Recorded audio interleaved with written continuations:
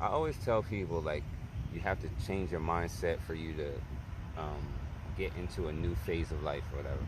And there's a quote, and I don't remember who.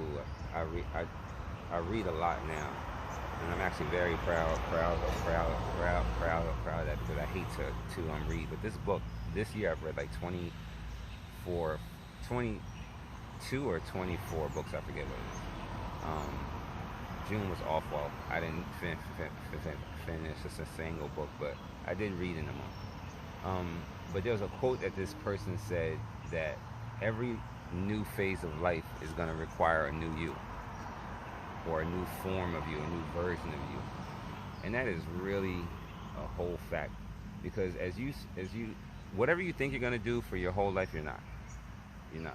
And this goes to the education video I recorded that said of how you need to think about going to college and on the act of it. Like you're gonna have a lot of twists and turns and different uh, career paths, or even if you're an entrepreneur and you're in one business, your business is going to require you to change, pivot, or whatever. So you got to be, accepting of that. But one of the things that I think about a lot is your mindset about your challenges and your whatever you are facing, and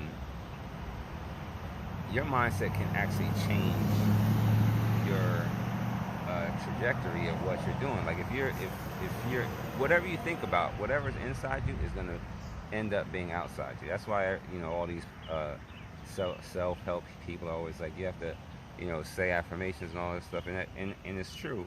But the bigger what they're saying is that your currently your mind isn't strong enough to instantly flip into being positive or focus on a positive thing.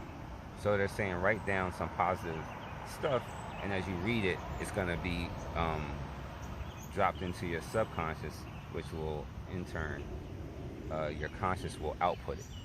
So, and that's kind of how I see the brain works, is that your conscious is going to block every out of the box thought that you have. Your conscious wants to take care of your security and be safe.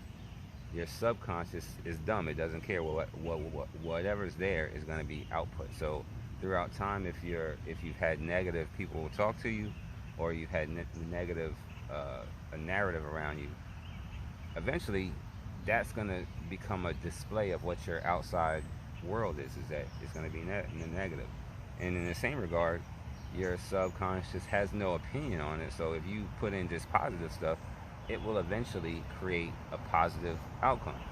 And I'll speak for myself, is that there has been a large there have been large periods of time where I knew my thinking was down or negative or whatever, and it just felt good. So I stayed in it, and maybe I don't know, days, weeks, or months. But when I look up, I'm like, oh, all this stuff is happening because of how you think, Jay. Like, what are you doing? So the the theoretical idea of like affirmations and stuff, you may think it's corny or whatever. But if you don't have a mindset or a way that you're always thinking about your goal, or always thinking about the solution of it, then you may need to do that. Like do them affirmations